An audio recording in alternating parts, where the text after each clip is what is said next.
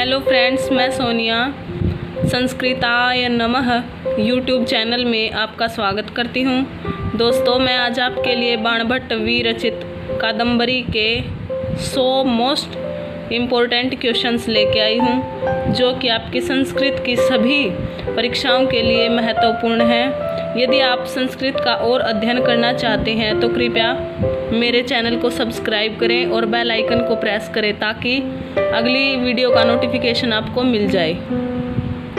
तो फ्रेंड्स, शुरू करते हैं। कादम्बरी कितने भागों में विभक्त है? कितने भागों में विभक्त है? दो कौन से? एक पूर्वार्ध और एक उत्तरार्ध। कादम्बरी लिखी किसने थी? कादम्बरी लिखी थी बाणभट्ट ने। उसका पूर्वार्ध भाग बाणभट्ट ने लिखा था और उत्तरार्ध भाग उसके बेटे पुलिंद भट्ट ने पूरा किया था। दूसरा क्वेश्चन है, कादम्बरी को पूरा किसने किया? लिखना शुरू किया बाणभट्ट ने, लेकिन पूरा किसने किया? उनके बेटे पुलिंद भट्ट ने। आगे है, कादम्बरी के रचनाकार हैं। कौन है रचनाकार? बाणभट्ट जी। कादम्बरी में कौन सी रीति का प्रयोग किया गया है? कौन सी का किया गया है? पांचाली रीति का। आगे है, कादम्बरी की उपजीव्यता का श्रेय किस ग्रंथ को दिया जाता है? किसको दिया जाता है? ये दिया जाता है बृहत कथा को, जो किसकी है? गुणाढ्य की है। गुणाढ्य ने लिखी हुई है उसको। अगला क्वेश्चन है, बाणभट्ट के पिता का नाम बताएं। क्या था पिता का नाम? चित्रभानु। बाणभट्ट किस गोत्र में उत्पन्न हुए थे? किस में हुए थे? वत्स गोत्र में। बाणभट्ट के पुत्र का क्या नाम है? बाणभट्ट के पुत्र का नाम है भूषण भट्ट। बाणभट्ट के कितने पुत्र थे? 2। बाणभट्ट का निवास स्थान है, कहाँ है? सोन नदी के तट पर प्रीतिकूट ग्राम में। अगला क्वेश्चन है, कादम्बरी के नायक कौन हैं? कादम्बरी के नायक कौन हैं? चंद्रापीड़।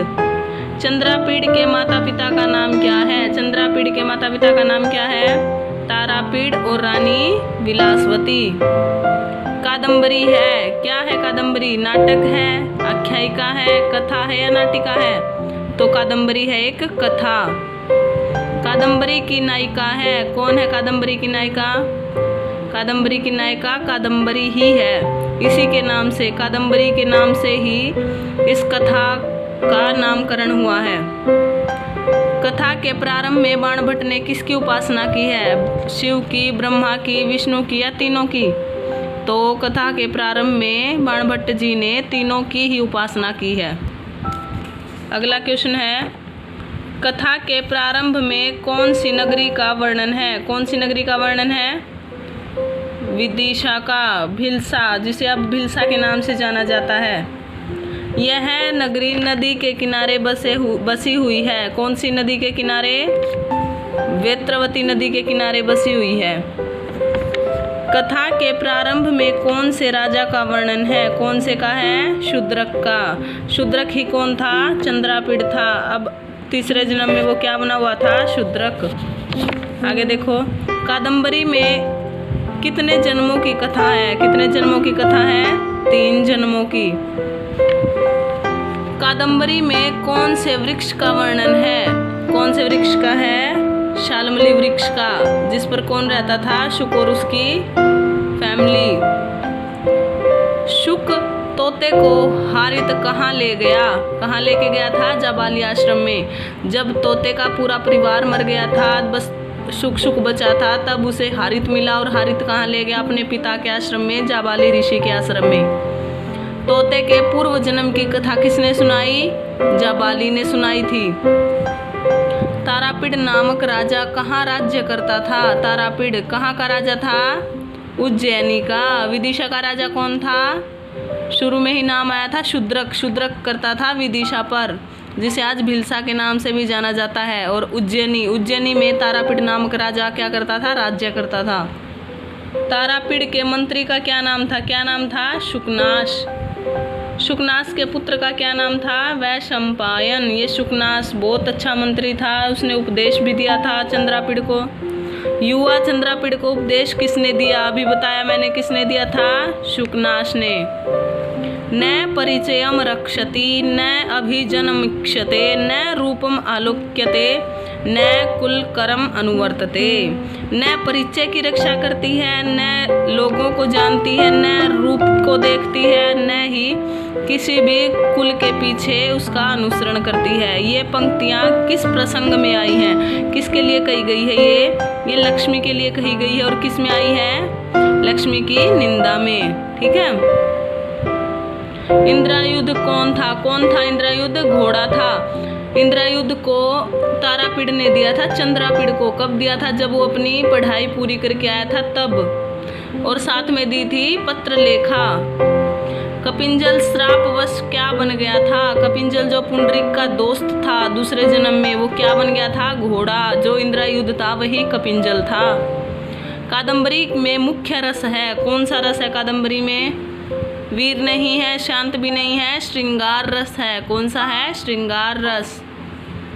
चंद्रापीड़ की प्रकृति थी। कैसी प्रकृति का था वो था धीरोदात राजा। बिना जल का स्नान है। बिना जल का स्नान क्या है? सरस्वती की कृपा, गुरु उपदेश, बल पौरुष या देव दर्शन। क्या है बिना जल का स्नान? गुरु उपदेश। गुरु उपदेश, गुरु के उपदेश से मलिन हृदय वाला मनुष्य भी साफ हृदय वाला हो जाता है, इसलिए इसे क्या कहा गया है? बिना जल का स्नान। रजनी कर गभस्तयः में गभस्तयः पद का अर्थ क्या है? क्या है इसका? अर्थ है किरणें। अति गहनम तमो यौवन प्रभवम एषः सुक्ति कुतः उद्धृता अस्ति। अर्थात अति गहनम तमो यौवन प्रभवम, यौवन का जो प्रभाव है वो बहुत ही अंधकार वाला होता है। ये कौन से सुक्त में कहा गया है? कौन सी सुक्ति में कहा गया? कहाँ से ली गई है ये सुक्ति? ये ली गई है कादम्बरी के सुकनास उपदेश से। वाणी बाणो बभूव, यह कथन किसका है? यह कथन किसका है? ये कथन है गोवर्धनाचार्य का। अगला क्वेश्चन देखो, बाणस्तु पंचानन है, यह कथन किसका है? यह चंद्रदेव का। अपरिमाणोपशमः दारुणो लक्ष्मी मदः, यह कथन किसका है? अर्थात लक्ष्मी का जो नशा है वो बहुत ही अपरिमाणकारी होता है। यह किसने कहा है? यह कहा है शुकनास ने। शुकनास ने जब उपदेश दिया तो लक्ष्मी की निंदा में कहे हैं ये बातें। किसको कही है? चंद्रापीड़ को। गंधर्व वन नगर लेखेव पश्यत एव नश्यति, यह कथन किसके लिए है? गंधर्व नगर लेखेव, गंधर्व नगर की तरह लिखा हुआ देखते हैं वैसा ही नष्ट हो जाता है। यह कथन किसके लिए है? यह भी लक्ष्मी के लिए कहा गया है। कहा किसने है? शुकनास जी ने कहा है चंद्रापीड़ को जब वो उन्हें उपदेश दे रहे थे तब। अगला क्वेश्चन है, दुष्टा, पिशाची, अनार्या आदि शब्दों का प्रयोग बाणभट्ट जी ने किसके लिए किया है? लक्ष्मी के लिए। लक्ष्मी को बताया है दुष्टा, पिशाची। लक्ष्मी है वो किसके पास नहीं जाती? कभी भी विनयशील के पास नहीं जाती है।